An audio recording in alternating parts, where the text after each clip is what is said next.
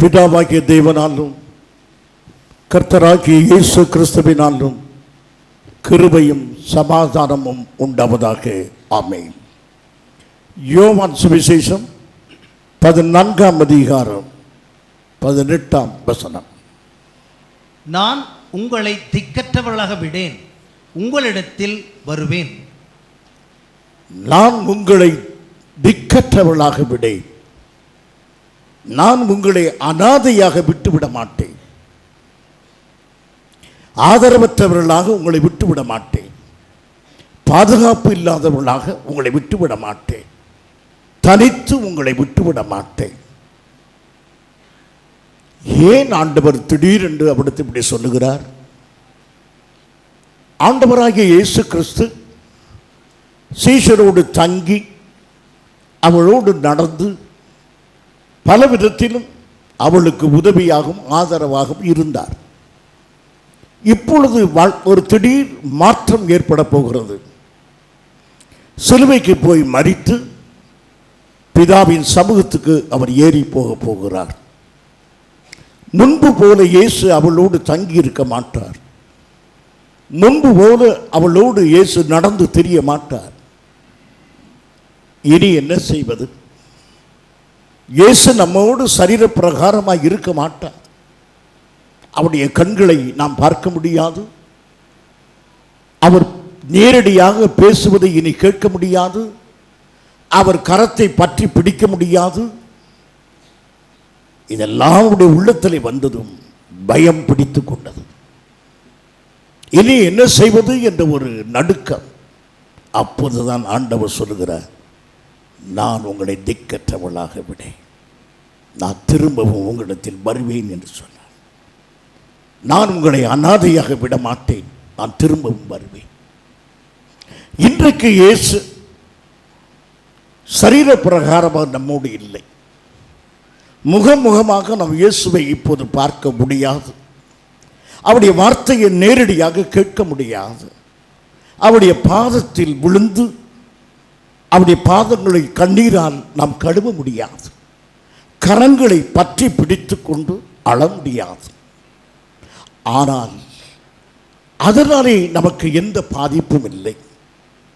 என் பிரியமான சகோதரி சகோதரியே, ஆண்டவர் சரீர பிரகாரமாக நம்மோடு இல்லாததினாலே நாம் அனாதையாக விடப்படவில்லை. அதைத்தான் சொல்லுகிறார், நீங்கள் விசாரிப்பு அற்றவர்களாக இருக்க மாட்டீர்கள். நான் சரீர பிரகாரமாய் உங்களோடு இல்லை என்பதனாலே எந்த குறையும் உங்களுக்கு வரப்போவதில்லை. இப்போது நான் உங்களை விசாரிப்பேன். உங்களோடு நான் இல்லாவிட்டாலும் என் விசாரிப்பு இல்லாமல் போகாது.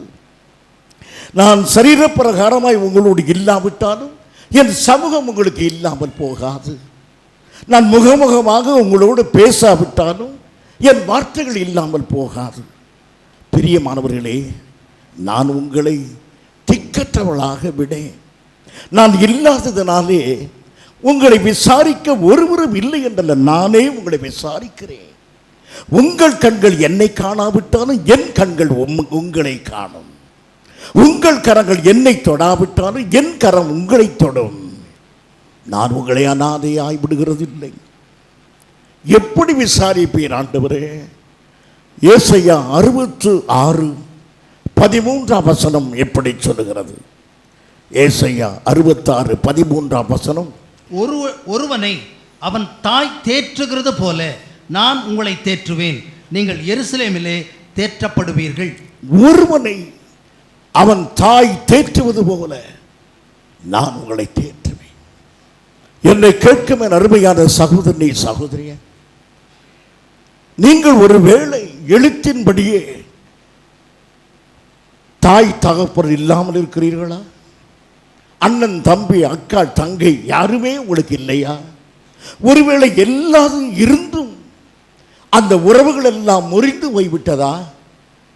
அண்ணன் இருந்து என்ன பயன்? தங்கையே என்று அழைக்க ஒரு அண்ணன் இல்லையே. ஒரு தம்பி இருந்து எதற்கு அக்காளே என்று கூப்பிட அந்த வாய்க்கு வலுவில்லையே. அப்பா இருக்கிறார், அம்மா இருக்கிறார், பிள்ளையே என்று என்னை அணைத்துக் கொள்ள ஒரு இதயம் இல்லையே. இது அனாதை சூழ்நிலை, அனாதை அல்ல, அனாதையின் சூழ்நிலை. இது போல இன்றைக்கு அப்பா என்று கூப்பிடும் போது என்ன மகனே என்று கூப்பிட எனக்கு இயேசுவின் சத்தம் கேட்கவில்லையே. என் பரிதாபத்தில் என் கர்த்தரை பார்த்து என் தேவனே என் தேவனே என்று நான் கூப்பிடும் போது என்ன வேண்டும் என்று கேட்பதற்கு ஒரு சத்தத்தை நான் கேட்கவில்லையே. நான் திக்கற்றவனாக விடப்பட்டிருக்கிறேன், விசாரிப்பு அற்றவனாகவே விடப்பட்டிருக்கிறேன். என் கண்களில் வடியும் கண்ணீரை யார் துடைத்தார்? என் பிரியமான சகோதரனே, ஒருவனை தாய் தேற்றுவது போல கர்த்தர் தேற்றுவே என்று சொல்லியிருக்கிறார். ஆகவே ஒருவேளை ஒரு கண்ணீர் வடிந்து கொண்டே இருந்தாலும் நீ விசுவாசி. தாயை போன்ற இயேசுவினுடைய மடியிலே அந்த கண்ணீர் விழுந்து கொண்டிருக்கின்றன. அவருடைய கரங்களிலே நீ பத்திரமாக இருக்கிறார் என்பதை நீ விசுவாசிக்க வேண்டும். உன் கண்ணுக்கு தெரியாவிட்டாலும் நீ நிச்சயமாகவே ஒரு தாயின் மடியில் படுத்திருக்கிற குழந்தையை போல நீ பத்திரமாக இருக்கிறாய். விசுவாசிக்கிறீர்களா? பத்திரமாகவே நீங்கள் இருக்கிறீர்கள். சில வருடங்களுக்கு முன்பு நான் கல்லறை தோட்டத்தில் அடக்கம் பண்ணுவதற்கு நின்று கொண்டிருந்தேன். என்னுடைய வாழ்க்கை சரித்திரத்தில் மிக துக்கமான நாள் அன்று அந்த கல்லறை தோட்டத்தில் இதயம் உடைந்து போயிற்று. ஏனென்றால் முந்தின இரவு பிரயாணப்பட்டு போன ஒரு குழந்தையினுடைய தாய், தகப்பன், தாத்தா மூவரும் இறந்து போனார். அந்த 3 பேரையும் ஒரே குழியில் அடக்கம் பண்ண வேண்டிய நிலைமை. அந்த 3 சடலங்களையும் அடக்கம் பண்ணும்போது அவருடைய சின்ன குழந்தை, 5 வயது 6 வயது குழந்தை, விரலை நீட்டி அவர் அப்பாவையும் அம்மாவையும் அடக்கம் பண்ண விடாதபடி கதறி துடித்து நின்ற காட்சி. அந்த பெட்டியை மூட முடியவில்லை, அடக்கம் பண்ண முடியவில்லை. இதயத்தை கல்லாக்கி அடக்கத்தை செய்ய முடிந்தது. மூடின மண்பேட்டை கையை நீட்டி அப்பா அம்மா அப்பா அம்மா என்று அழுத குரல். அனாதையாய் போய்விட்டதே என்று அங்கலாய்ப்பு. அத்தகைய நிலைமையில் நாம் இல்லை, நமக்கு கர்த்தர் உண்டு. அந்த குழந்தைக்கும் வளர வளர அறிந்து கொள்ளும் தான் அனாதை அல்ல, தன்னை காக்க ஒரு கர்த்தர் உண்டு என்று அந்த குழந்தையும் அறிந்து கொள்ளும். உலக பிரகாரமாக எத்தனையோ நஷ்டங்கள், வருத்தங்கள், சஞ்சலங்கள் இருந்தாலும் கிறிஸ்துவை நம்புகிறவன் அனாதை அல்ல. கிறிஸ்துவை நம்புகிறவன் திக்கற்றவன் அல்ல, அவன் விசாரிக்கப்படக்கூடியவன். அருமையானவர்களே, ஆகையினால் நீங்கள் தைரியமாய் எல்லா சூழ்நிலைகளிலும் கர்த்தரை பாருங்கள். அருமையானவர்களே, ஏன் அந்த குழந்தை அழுதது?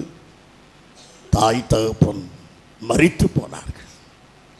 நாம் இன்றைக்கு கண்ணீரோடு இருக்கிறோம். ஏனென்றால் இயேசு மரித்த பிறகு நாம் அவரை நேரடியாக சந்திக்கவில்லை. நாம் உயிரோடு அவருடைய காலத்தில் இருந்தால் தெருவிலே சந்தித்திருப்போம், கப்பர்நகூமிலே நடந்து திரிந்ததை பார்த்திருப்போம், பெத்சாயிதா பட்டணத்திலே நின்றதை பார்த்திருப்போம், தீரு தேசத்தினுடைய எல்லையிலே வந்ததை பார்த்திருப்போம், எருசலேம் நகரத்தில் நடந்ததை பார்த்திருப்போம். ஆனால் இப்பொழுது அவரை எங்குமே நாம் பார்க்க முடியாது. அவர் மரித்து விட்டார், அவரை பார்க்க முடியாது. அதனாலே தான் திக்கற்றவர்களாய் அநாதைகளாய் இந்த உலகத்தில் நிற்க வேண்டிய ஒரு நிலையை பார்க்கிறோம். வேதம் சொல்லுகிறது, வெளிப்படுத்தல் 1 அதிகாரம் 18 வசனம். வெளிப்படுத்தல் 1:18 வாசியுங்கள். மரித்தேன், ஆனாலும் இதோ சதா காலங்களிலும் உயிரோடு இருக்கிறேன். ஆம் பிரியமானவர்களே, பெற்றோர்கள் மற்றவர்கள் மரித்தார்கள், ஆனால் இயேசுவும் மரித்தார். ஒரு வித்தியாசம், என் கர்த்தர் மரித்தார், இன்றைக்கு உயிரோடு இருக்கிறார், இனி என்றைக்கும் மரிப்பதே இல்லை. ஆகையினால் உலகத்தின் தலைவர்களை நம்புகிறவர்கள் அநாதையாய் போய்விடுவார்கள். பெற்றோரை நம்புகிறவர்கள் அநாதியாய் போய்விடுவார்கள். சுற்றத்தார், உறவினர்கள், நண்பர்கள் எந்த நம்பிக்கையும் நம்மை அநாதியாய் நிறுத்தும். ஆனால் இயேசுவின் மேல் உள்ள நம்பிக்கை நம்மை ஒருபோதும் அநாதியாய் நிறுத்தாது என்றால் சதா காலமும் உயிரோடு இருக்கிறார். ஹல்லேலூயா. இயேசு கிறிஸ்து என்றைக்கும் உயிரோடு இருக்கிறபடியினால் கிறிஸ்தவ நம்பிக்கை மாத்திரமே ஒரு மனிதனை அநாதையாக விடுவது இல்லை. அருமையானவர்களே, என்றாலும் இந்த சீசர்களுக்கு மிகுந்த கவலை. இப்போது ஆண்டவரோடு சொல்லுகிறார், நான் உங்களை திக்கற்றவர்களாக விடேன், உங்களிடத்தில் திரும்பவும் வருவேன். ஆம் பிரியமானவர்களே, ஏர்போர்ட்டில் அப்பா ஊருக்கு போகும்போது பிள்ளை தேம்பி தேம்பி அழுகிறது. தகப்பன் அணைத்து சொல்லுகிறார், நான் உன்னை விட்டு விட்டு போகவில்லை, நான் திரும்பவும் வருவேன். அதே நிலைமையிலே சீஷர்கள் கலங்கி தவித்திருக்கிறார்கள். இதிலிருந்து தான் உங்களோடு நான் பேச விரும்புகிறேன். இயேசு கிறிஸ்து உயிரோடு எழுந்த அன்றைக்கு சீஷர்கள் கவலையோடு இருக்கிறார்கள். ஏனென்றால் அவரை பார்க்க முடியவில்லை, முன்பு போல பழக முடியவில்லை. ஆகவே துக்கத்தோடு போய்கொண்டிருக்கிறார்கள். லூக்கா சுவிசேஷம் 24ஆம் அதிகாரம் 17ஆம் வசனம். 24:17. அப்பொழுது அவர் அவர்களை நோக்கி, நீங்கள் துக்கம் உள்ளவர்களாய் வழி நடந்து ஒருவருக்கு ஒருவர் சொல்லிக் கொள்ளுகிற காரியங்கள் என்ன என்று கேட்டார். ஏன் துக்கமுகமாய் இருக்கிறீர்கள்? ஏன் வருத்தத்தோடு நடக்கிறீர்கள்? என் அருமையான சகோதரனே, சகோதரியே, ஆராதனையில் துக்கமுகமாய் இருக்கிறது என்ன? ஏன் சஞ்சலத்தோடு உட்கார்ந்து இருக்கிறீர்கள்? அவர்களை பார்த்து கேட்கிறார்கள், ஏன் துக்கமுகமாய் இருக்கிறீர்கள்? ஏன் தளர்ந்த நடையாய் போகிறீர்கள்? ஏன் முகங்கள் வாடி இருக்கின்றன? உடனே அவர்கள் சொல்கிற பதில் 21ஆம் வசனம் வாசியுங்கள். அவரே 21 அவரே இஸ்ரவேலை மீட்டு ரட்சிப்பவர் என்று நாங்கள் நம்பியிருந்தோம். இவர் இஸ்ரவேலை மீட்டு ரட்சிப்பார் என்று இயேசுவை நம்பியிருந்தோம். அந்த நம்பிக்கை வீண் போயிற்று. நாங்கள் திக்கற்றவர்களாக விடப்பட்டோம், அநாதைகளாகிவிட்டோம், எங்கள் நம்பிக்கைகள் சிதறி போய்விட்டன என்று சீஷர்கள் துக்கமுகமாயிருக்கிறார். திக்கற்றவர்களாய் அவளுக்கு காணப்பட்டார்கள், நம்பிக்கை இல்லாதவர்களாய் நாங்கள் நம்பினோம். அப்படியானால் என்ன அர்த்தம்? இப்பொழுது நாங்கள் நம்புகிறது இல்லை, நம்ப முடியவில்லை. என் பிரியமான சகோதரனே, சகோதரிய, உங்கள் வாழ்க்கையில் அந்த நிலைமையில் என்று இருக்கிறீர்களா? என் இயேசு என் மகளுக்கு இதை செய்வார் என்று நம்பியிருந்தேன், என் மகனுக்கு இப்படி செய்வார் என்று நம்பியிருந்தேன், என் பணப்பிரச்சனையை இப்படி உதவுவார் என்று நம்பியிருந்தேன். அப்படியானால் நீங்கள் திக்கற்றவர்கள் என்ற ஒரு முத்திரையை உங்களுக்கு குத்திக் கொள்கிறீர்கள். இது சூழ்நிலை. அருமையானவர்களே, நீங்கள் இன்னும் கர்த்தரை நம்புங்கள், அவருடைய வார்த்தையை நம்புங்கள், ஜெபத்துக்கு பதில் வராத வேளையிலே நம்புங்கள். நான் உங்களை திக்கற்றவர்களாக விடேன். உங்களுக்கு தேவனுடைய ஆதரவு இன்னும் வரவில்லை, உங்கள் வியாதி இன்னும் சுகமாகவில்லை, நம்புங்கள், நான் உங்களை திக்கற்றவர்களாக விடேன். என் ஆண்டவரே, உம்முடைய பதில் எப்பொழுது வரும்? நான் திரும்பவும் வருவேன். இந்த வார்த்தையை நம்புங்கள் அருமையானவர்களே, கர்த்தர் திரும்பவும் வருவார். எல்லா நம்பிக்கையும் இழந்து போன பிறகு அவர் வருவார், வந்து திரும்பவும் உன் விளக்கை ஏற்றுவார். ஆகையினால் சோர்ந்து போகாதீர்கள் அருமையானவர்களே. அவர் இப்பொழுது என்னதான் செய்து கொண்டிருக்கிறார்? நான் கதறி துடிக்கும் நாளிலே அவர் என்ன செய்து கொண்டிருக்கிறார்? யோவான் சுவிசேஷம் 14ஆம் அதிகாரம் 3ஆம் வசனம். நான் போய் உங்களுக்காக ஸ்தலத்தை ஆயத்தம் பண்ணின பின்பு நான் இருக்கிற இடத்திலே நீங்களும் இருக்கும்படி நான் மறுபடியும் வந்து உங்களை என்னிடத்தில் சேர்த்து கொள்ளுவேன். அவர் நம்மோடு இப்போது இல்லை. ஏனென்றால் அவரோடு நாம் இருக்கும்படி ஒரு ஸ்தலத்தை ஆயத்தம் பண்ணி கொண்டிருக்கிறார். நமக்காக நமக்கு தேவையானதை கர்த்தர் ஆயத்தம் பண்ணி கொண்டிருக்கிறார்.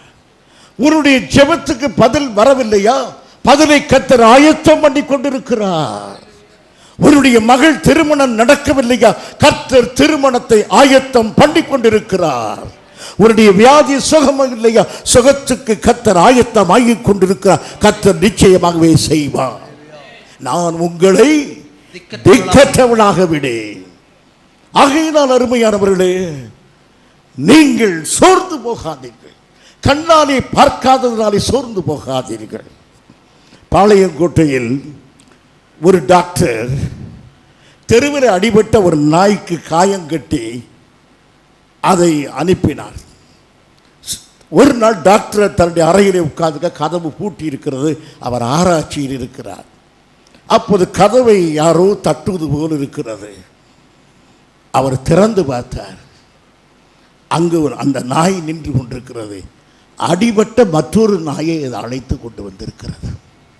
டாக்டரை அது பார்க்கவில்லை. ஆனால் டாக்டர் உள்ளே இருக்கிறார் என்பதை அது நம்பினது. நம்முடைய பரம டாக்டர், நம்முடைய பரமபிதா, நம்முடைய அப்பா, நம்முடைய அம்மா பரலோக ராஜ்யத்தில் இருக்கிறார். நம்முடைய கண்கள் காணாவிட்டாலும் என் ஆத்மா விசுவாசிக்கிறது. அவர் எனக்காக ஆயத்தம் பண்ணி கொண்டிருக்கிறார். என்னை அவர் திக்கற்றவனாக விடவே மாட்டார். தைரியமாக இருக்கிறீர்களா அருமையானவர்களே? இந்த வார்த்தையினாலே தைரியமாக இருக்கிறீர்களா? உங்களை அவர் திக்கற்றவனாக விடவே மாட்டார் அருமையானவர்களே. ஆகையினா அருமையானவர்களே, அப்பாவிடம் கேட்கிறோம், அப்பா ஸ்கூலுக்கு என்னோடு கூட வருவீர்களா? ஹெட்மிஸ்ட்ரஸ்ட பேச பயமாக இருக்கிறது. நான் வரவில்லை. யார் வருவார்?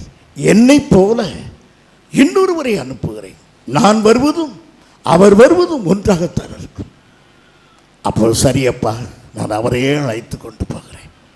ஆண்டவர் சொல்லுகிறார், யோவான் சுவிசேஷம் 14ஆம் அதிகாரம் 16ஆம் வசனம், நான் பிதாவை வேண்டிக் கொள்ளுவேன், நான் பிதாவை வேண்டிக் கொள்வேன், அப்பொழுது என்றென்றைக்கும் உங்களுடனே கூட, என்றென்றைக்கும் உங்களோடு கூட இருக்கிற சத்திய ஆவியாகிய, சத்திய ஆவியாகிய வேறொரு தேற்றரவாளனை அவர் உங்களுக்கு தந்தருளுவார். வேறொரு தேற்றரவாளனை அவர் தந்தருளுவார். நான் உங்களோடு இருக்க மாட்டேன். எனக்கு பதிலாக உங்களோடு கூட என்றைக்கும் இருக்கும்படி பரிசுத்த ஆவியானவர் வருவார். அந்த ஞாயிறு தான் இது. இன்றைக்கு பரிசுத்த ஆவியானவர் வருவார். பிரியமானவர்களே, பரிசுத்த ஆவியானவரை குறித்து சொல்லும் போது அங்கு என்ன வார்த்தை சொல்லப்பட்டிருக்கிறது? தேற்றரவாளன், வேறொரு தேற்றரவாளன். அப்படியானால் இன்னொரு தேற்றரவாளனும் வேண்டும். வேறொரு தேற்றரவாளன். அப்படியானால் எத்தனை தேற்றரவாளன் குறைந்தபட்சம் இருக்க வேண்டும்? 2 தேற்றரவாளன் இருந்தால் தான் இன்னொரு தேற்றரவாளன், வேறொரு தேற்றரவாளன். பரிசுத்த ஆவியானவர் வேறொரு தேற்றரவாளன். அப்படியானால் இன்னொரு தேற்றரவாளன் யார்? நமது கர்த்தராகிய இயேசு கிறிஸ்து. இயேசு கிறிஸ்து இங்கிருந்து போன தேற்றரவாளனாகிய நான் இங்கிருந்து போன பிறகு தேற்றரவாளனாக பரிசுத்த ஆவியானவர் வருவார்.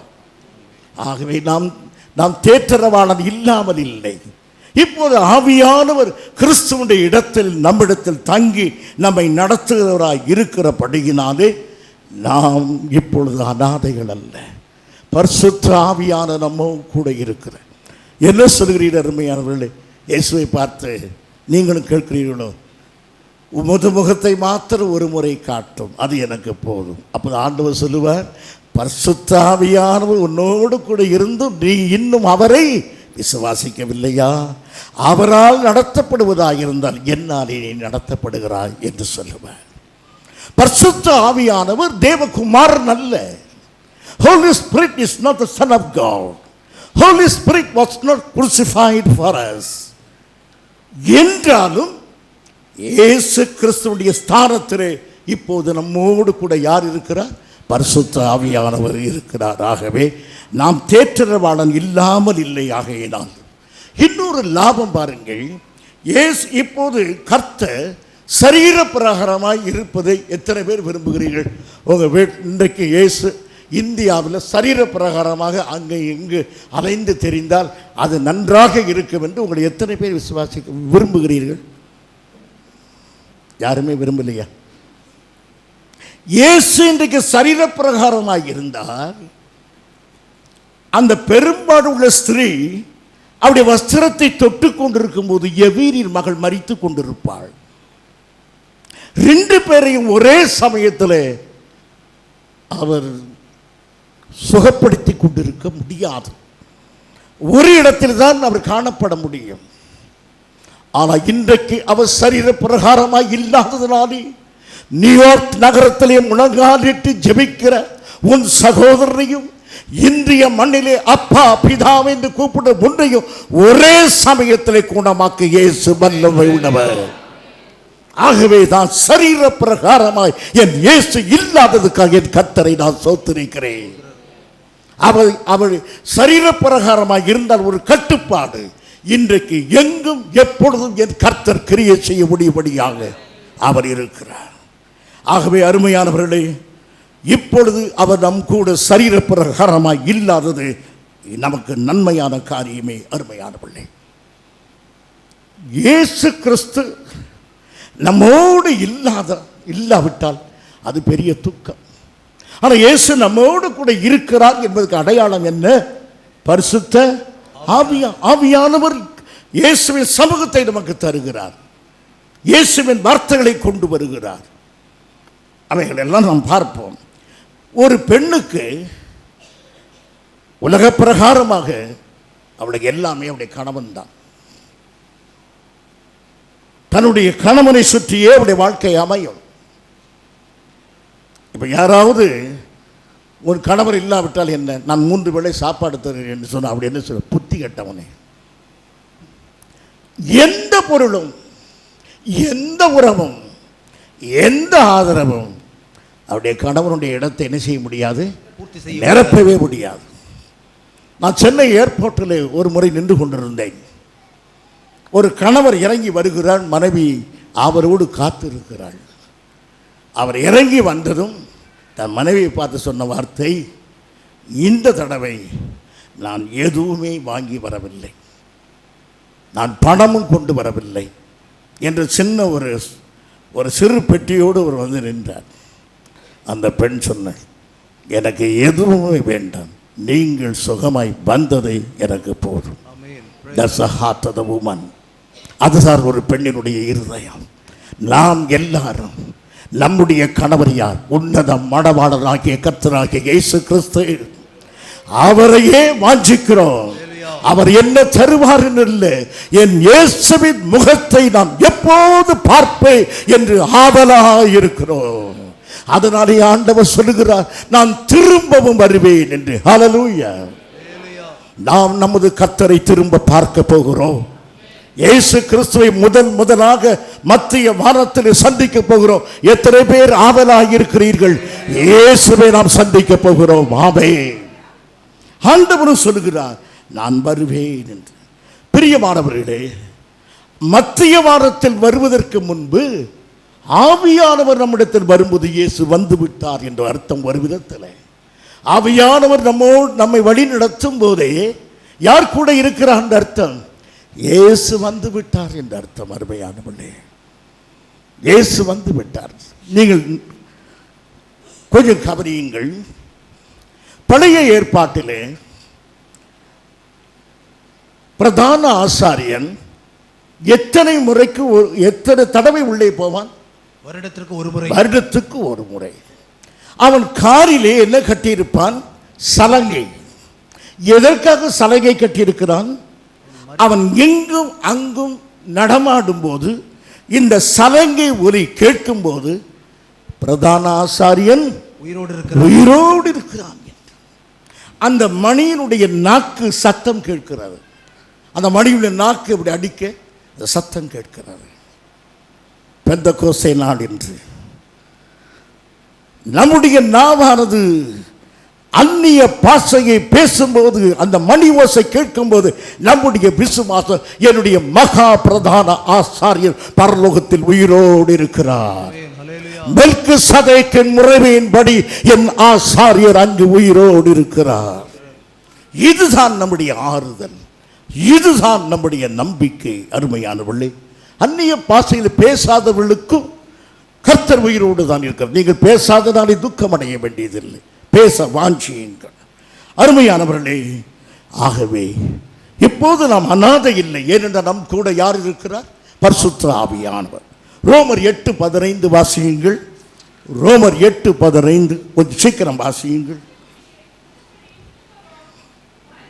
அந்தபடி திரும்பவும் பயப்படுகிறதற்கு நீங்கள் அடிமைத்தனத்தின் ஆவியை பெறாமல். பிரியமானவர்களே, நீங்கள் பயப்படாதீர்கள், எந்த சூழ்நிலைக்கும் திரும்ப பயப்படாதீர்கள். அநாதை பயப்படுவார், நீங்கள் அநாதை அல்ல, நீங்கள் திக்கற்றவள் அல்ல, நீங்கள் பயப்படாதீர்கள். ஏனென்றால் வாசியுங்கள், அடிமைத்தனத்தின் ஆவியை பெறாமல் அப்பா பிதாவே, அப்பா பிதாவே என்று கூப்பிட பண்ணுகிற புத்திர ஸ்வீகாரத்தின் ஆவியை பெற்றீர்கள். பரிசுத்த ஆவி நம்மிடத்தில் இருப்பதனாலே தான் நாம் இயேசுவை யார் என்று கூப்பிடுகிறோம்? அப்பா, அப்பா என்று கூப்பிடுகிறோம். அவருக்கு நமக்குள்ள உறவை புதுப்பித்து கொடுப்பது பரிசுத்த ஆவியானவர். அவரை அப்பாவாக நமக்கு காட்டுவது பரிசுத்த ஆவியானவர். ஆகவே பரிசுத்த ஆவியானவர் நம் கூட இருக்கிறபடியினாலே நாம் இயேசுவை எப்படி கூப்பிடுகிறோம்? அப்பா பிதாவே, அல்லது பக்தன் பாடியது போல அம்மா என்று கூப்பிட புத்திர சுவீகாரத்தை நாம் பெற்றிருக்கிறோம். இரண்டாவது குறிப்பு, அநாதை என்றால், திக்கற்றவன் என்றால் தனிமையாக விடப்பட்டவன், தனித்து விடப்பட்டவன் அநாதை. பிரியமானவர்களே, நல்ல வீட்டிலே வசிப்பீர்கள், பெரிய வீட்டில் இருப்பீர்கள், நிறைய ஆட்கள் உங்களோடு கூட இருப்பார்கள். ஆனால் அந்த பெரிய வீட்டில் நீங்கள் எப்படி இருக்கிறீர்கள்? தனித்து விடப்படுகிறீர்கள். தனித்திருக்கும் குருவியை போல இருக்கிறேன் என்று தாவீது சொல்லுகிறான். தனித்து விடப்படுகிறீர்கள். தனித்திருக்கிற குழந்தையை பாருங்கள், அப்பா பதிலில்லை, அம்மா பதிலில்லை. குழந்தை திரும்ப கூப்பிடுகிறது, அப்பா அம்மா, பதிலில்லை. தெருவிலே ஆட்கள் சொல்லுகிறார்கள், குழந்தை அப்பா அம்மா என்று கதறுகிறது. வீட்டிலே யாருமே இல்லை. பிள்ளை தனித்திருக்கிறது, பிள்ளை தனித்திருக்கிறது. சங்கீதம் 22 முதல் 2 வசனங்கள். சங்கீதம் 22. என் தேவனே, என் தேவனே, என் தேவனே, என் தேவனே, ஏன் என்னை கைவிட்டீர்? ஏன் என்னை கைவிட்டீர்? எனக்கு உதவி செய்யாமலும், எனக்கு உதவி செய்யாமலும், நான் கதறி சொல்லும் வார்த்தைகளை கேளாமலும், நான் கதறி சொல்லும் வார்த்தையை கேளாமலும் ஏன் தூரமாய் இருக்கிறீர்? ஏன் தூரமாய் இருக்கிறீர்? என் தேவனே, என் தேவனே, நான் பகலிலே கூப்பிடுகிறேன், நான் பகலிலே கூப்பிடுகிறேன், உத்தரவு கொடீர், உத்தரவு கொடீர், இரவிலே கூப்பிடுகிறேன், இரவிலே கூப்பிடுகிறேன், எனக்கு அமைதல் இல்லை, எனக்கு அமைதல் இல்லை. இதுதான் அநாதையாக இருக்கிற ஒரு சத்தம். என் பிரியமான சகோதரனே, சகோதரி, ஆனால் இது அநாதையின் சத்தம் அல்ல. ஒருவேளை பதில் வரவில்லையே தவிர இந்த சத்தங்கள் எல்லாம் அவருடைய செவியிலே விழுந்து கொண்டிருக்கின்றன. நம்முடைய கூப்பிடுதலுக்கு என்ன வேண்டும் மகனே என்று பதில் வராமல் இருக்கலாம். அதனாலே எனக்கு அவர் இல்லை என்றல்ல, அவருடைய காதிலே என் ஜெபங்கள் விழுந்து கொண்டிருக்கின்றன. என் கூப்பிடுதல் அவருடைய செவியிலே விழுகிறது. என்னை கேட்கும் என் அருமையான தெய்வ பிள்ளையே, நேற்று ராத்திரி நீ படுக்கையில் உட்கார்ந்து நள்ளிரவு பொழுதில் கர்த்தரை பார்த்து, எத்தனை நாட்கள் ஆண்டவரே, இன்னும் எத்தனை நாட்கள், இன்னும் என் சஞ்சலம் எவ்வளவு நாள் இருக்கும், என் வேதனை எதுவரைக்கும் பெருகும், கண்ணிமைகளை மூடி கல்லறைக்குள் நான் முடங்கி படுக்கும் நாள் வரையிலும் எனக்கு துக்கமும் துயரமும் வேதனையும் தானா? இல்லை சகோதரனே, இல்லை. உன் கூப்பிடுதலின் சத்தம் கர்த்தருடைய காதிலே விழுகிறது. ஒரு காகத்தின் கரைதலை கேட்கிற கர்த்தர் உன்னுடைய கண்ணீரை நிச்சயமாய் கவனிப்பார். உன் கூப்பிடுதலுக்கு அவருடைய செவிகள் திறந்திருக்கின்றன. சோர்ந்து போய்விடாதே, சோர்ந்து போய்விடாதீர்கள் அருமையானவர்களே. உங்கள் கூப்பிடுதலுக்கு அவருடைய செவிகள் திறந்திருக்கின்றன. உங்களை நான் ஆற்றவும் தேற்றவும் வேண்டும் என்று என் கர்த்தர் சொல்லி இருக்கிறார். இன்றைக்கு என் ஜனங்களை நீ ஆற்றவும் தேற்றவும் என் வார்த்தைகளை கொடு. என் ஜனங்கள் மிக மனம் சோர்ந்து போயிருக்கிறார்கள் என்று என் ஆண்டவர் எனக்கு சொன்னதினாலே நான் உங்களை தேற்றுகிறேன் என்ற வார்த்தையினாலே. பக்தன் கேட்கிறார், where is God when I am hurt? Where is God when I am hurt? நான் காயப்பட்டிருக்கும் பொழுது என் கர்த்தர் எங்கே? நான் காயப்பட்டிருக்கிறேன், நான் அடிபட்டிருக்கிறேன், என்னை கவனிக்க ஒருவரும் இல்லை, என் கர்த்தர் எங்கே? என் அருமையான சகோதரனே, உன் இருதயத்தில் பலமான காயத்தோடு வந்திருக்கிறாயா? மற்றவர்கள் பேசின பேச்சுக்கள் உன் இருதயத்தை மிக காயப்படுத்தி இருக்கின்றனவா? உன் சரீரத்திலும் காயத்தோடு வந்து இந்த ஆராதனையில் உட்கார்ந்து இருக்கிறாயா? ஆழத்திலிருந்து ஒரு கேள்வி, எவ்வளவு வேதனை! ஆணிகள் குத்துவது போல, பட்டய குத்துக்கள் போல என் ஆத்துமாவை ஊடுருவி செல்லும் போது கர்த்தர் எங்கே, என் தேவன் எங்கே என்று. என் பிரியமான சகோதரனே, your pain is a message from God. நீ அனுபவிக்கிற வலி சாதாரணமானதல்ல, அதுவே தேவனது செய்தி.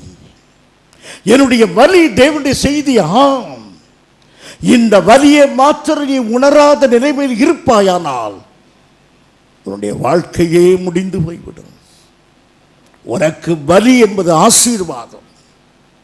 The pain is a gift of God. ஒரு வேதனை என்பது தேவன் கொடுத்த ஒரு அருமையான ஒரு பரிசு. ஆகவே இந்த காயத்திலே கர்த்தர் உன்னோடு கூட இருக்கிறார் என்பதை விசுவாசி. நீ அடிபட்டிருக்கிற இந்த வேளை கர்த்தர் உன்னோடு உறவாடுகிற நேரம் என்பதை விசுவாசி. நீ ஆரோக்கியமாய் நடந்த நாட்களை விட உன்னுடைய வியாதி நேரத்தில் கர்த்தர் உனக்கு 1000 பாடங்களை கற்றுக் கொடுக்கிறார். ஆகவே இந்த வேதனை உனக்கு ஒரு பதில். ஆகவே அருமையானவர்களே, ஒரு நல்ல செய்தி இருக்கிறது எனக்கு. என்ன செய்தி? இந்த வேதனை என்னோடு பேசுகிறது. ஒவ்வொரு வேதனையும் உன்னோடு பேசும். அருமையானவர்களே, இப்போது நான் கவனிப்போம். அநேக கேள்விகளுக்கு பதில் இல்லை. ஆதியாகமம் 22ஆம் அதிகாரம் 7ஆம் வசனத்தின் கடைசி. ஆதியாகமம் 22:7 கடைசி.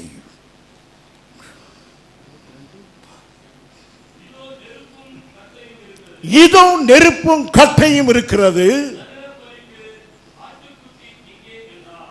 ஆட்டுக்குட்டியை எங்கே?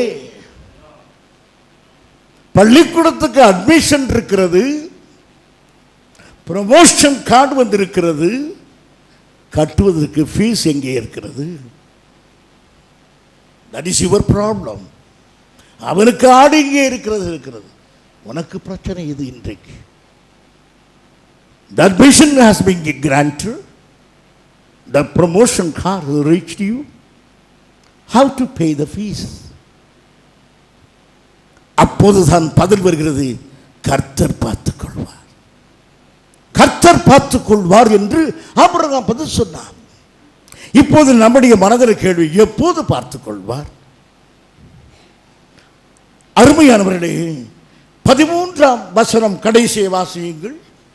13ஆம் வசனம் கடைசி. கடாவை பிடித்து அதை தன் குமாரனுக்கு பதிலாக தகன பலியிட்டான். ஆகவே கொஞ்ச நேரத்திலே அவனுக்கு பதில் கிடைத்து விட்டது.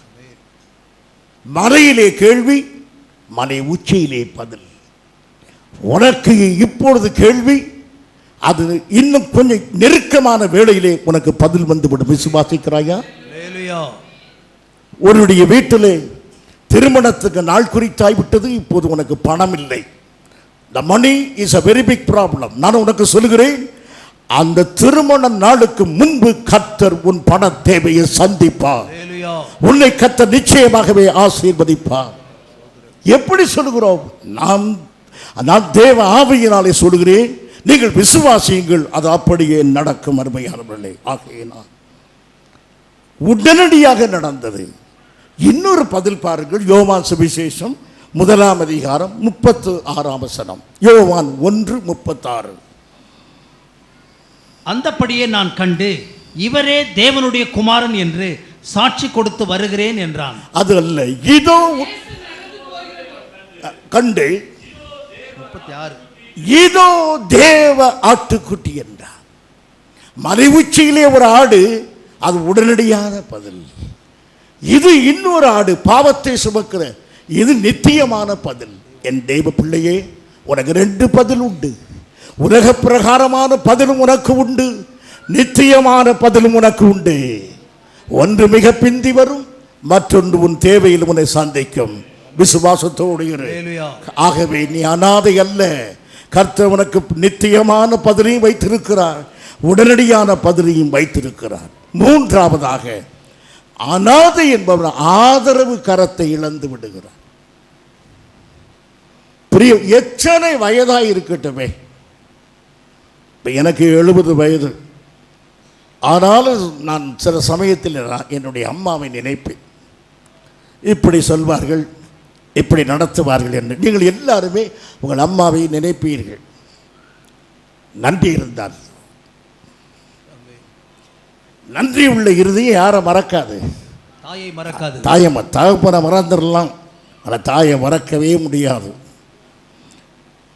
அது ஒரு ஆதரவான கரம்.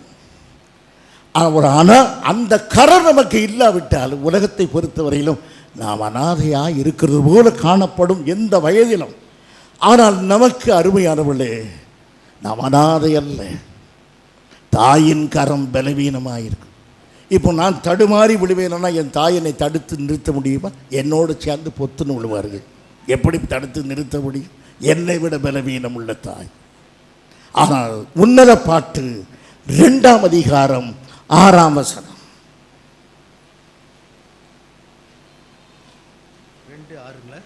2 அதிகாரம் 6 வசனம்.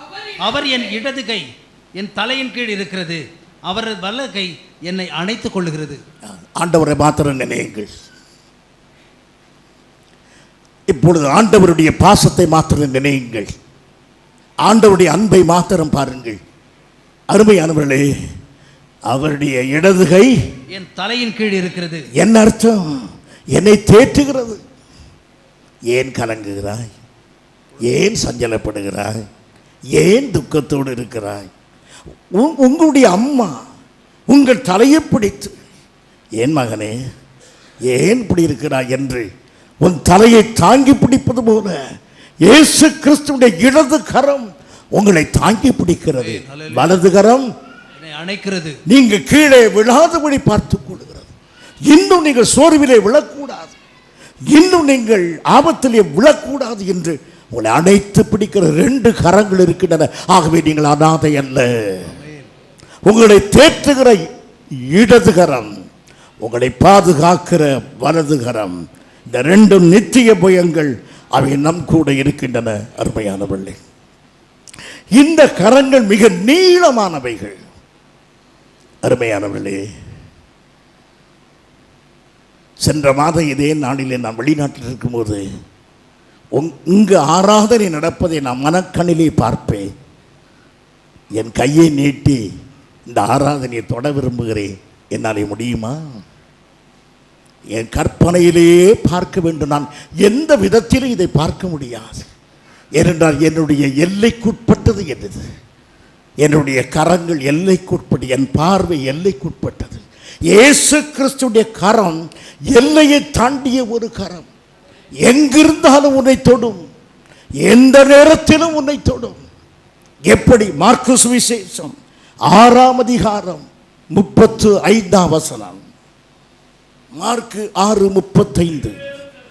வெகு நேரம் சென்ற பிறகு அவருடைய சீஷர்கள் அவரிடத்தில் வந்து இது வனாந்தரமான இடம், வெகு நேரம் ஆயிற்று.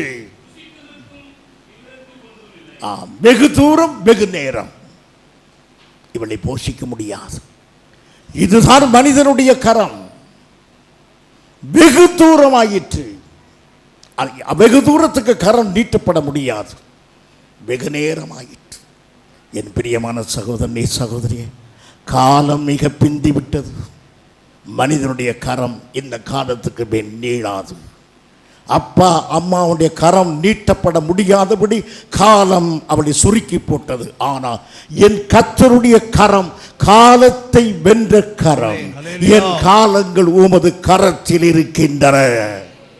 அதைத்தான் நீங்கள் தினந்தோறும் வாசிக்கிறீர்கள்.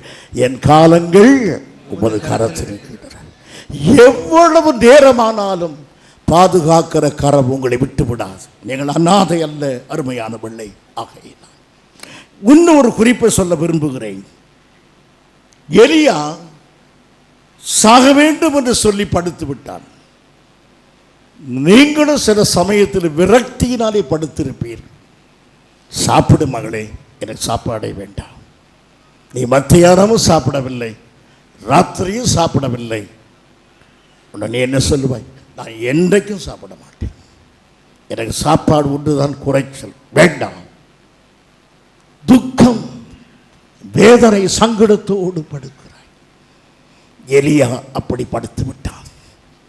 அந்த எலியாவை கர்த்தர் சந்தித்து அவனுக்கு ஆகாரம் கொடுக்கும்போது காகம் வரவில்லை. யார் வந்தது? தேவதூதன். தேவதூதன். ஏன் காகத்தை அனுப்பவில்லை? சாப்பாடு மாத்திரமல்ல, இன்னொன்று தேவை. எது? தேவ செய்தி. உனக்கு உடனடியாக கர்த்தர் வியாதியை சுகமாக்கவில்லை, உனக்கு உடனே வேலை கிடைக்கவில்லை, உனக்கு உடனே திருமணம் நடக்கவில்லை. ஏன்? கர்த்தரிடத்தில் நீ ஒரு செய்தியை பெற வேண்டும். விடுதலைக்கு முன்பு ஒரு செய்தியை அனுப்ப விரும்புகிறார். ஒரு காகம் வந்து போஷித்தால் போதும் என்று நீ எண்ணுகிறார். இல்லை, நான் தேவதூதனை அனுப்புவேன். உனக்கு ஒரு செய்தியை சொல்ல வேண்டும், அந்த செய்தியை நீ கேட்க வேண்டும் என்பதற்காக கர்த்தர் தாமதப்படுகிறார். ஆகவே நீ அநாதை அல்ல, உனக்காக ஒரு தேவதூதன் வந்து கொண்டிருக்கிறான். அவன் நிச்சயமாகவே உன்னை சந்திப்பான். ஒருவேளை என் பிரச்சனைக்கு பதிலே வரவில்லை என்றால் என்ன செய்வது? பரிசுத்த பவுல் கர்த்தரை பார்த்து விண்ணப்பம் பண்ணுகிறான். என் சரீரத்தில் உள்ள இந்த முள் எடுக்கப்பட வேண்டும் என்று சொல்லுகிறான். கர்த்தர் என்ன சொல்கிறார்? 1 கொரிந்தியர் 12:9 அவனுக்கு என்ன சொல்கிறார் என்று பாருங்கள். 1 கொரிந்தியர் 12:9, என் கிருபை உனக்கு போதும். என் பிரியமான சகோதரனே, சகோதரியே, விடுதலை வராமல் போனால் கர்த்தர் எதை தருவார்? கிருபையை கொடுப்பார். கிருபையை கொடுப்பார். சுகம் கிடைக்காமல் போனால் கர்த்தர் எதை கொடுப்பார்? கிருபையை கொடுப்பார். நீங்கள் அதை பெற்று அவருடைய கிருபை எனக்கு போதும் என்று கர்த்தரே சொல்லி இருக்கிறார். நான் உங்களை திக்கற்றவனாக விடே, என் கிருபையை உங்களுக்கு தாருவேன். 4வதாக சீக்கிரம் நான் முடிக்க விரும்புகிறேன். அநாதைக்கு அறிவுரை கூற யாரும் இல்லை. ஒரு அநாதைக்கு யார் அறிவுரை கூறுவார்கள்?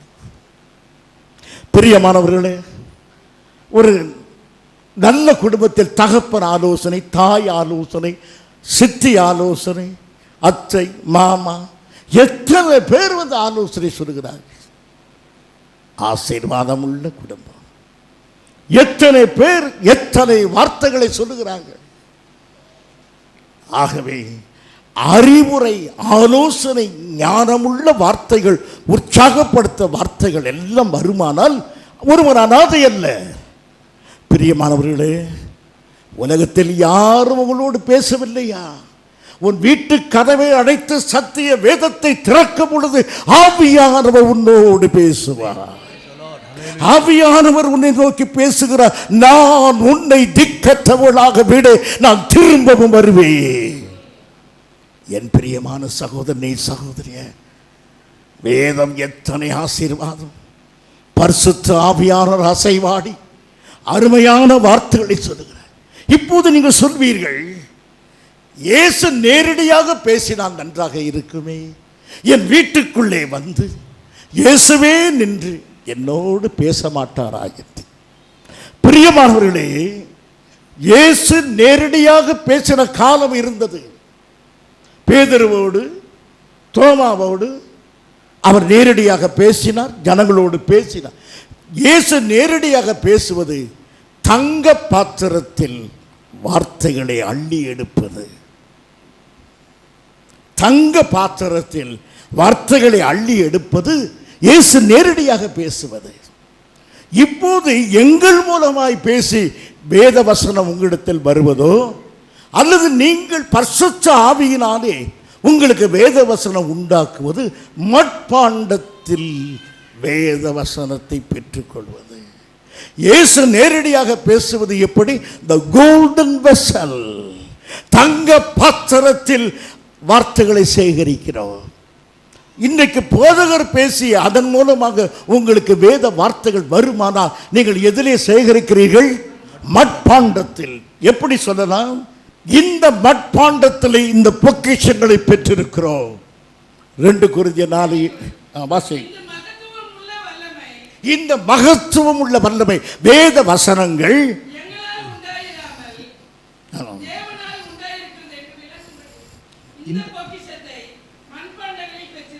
இப்போது மற்ற விளக்கங்களை விட்டு விடுங்கள். நான் இப்போது உங்களோடு பேசுவதை நீங்கள் எதிலே சேகரிக்கிறீர்கள்? மட்பாண்டத்தில் சேகரி.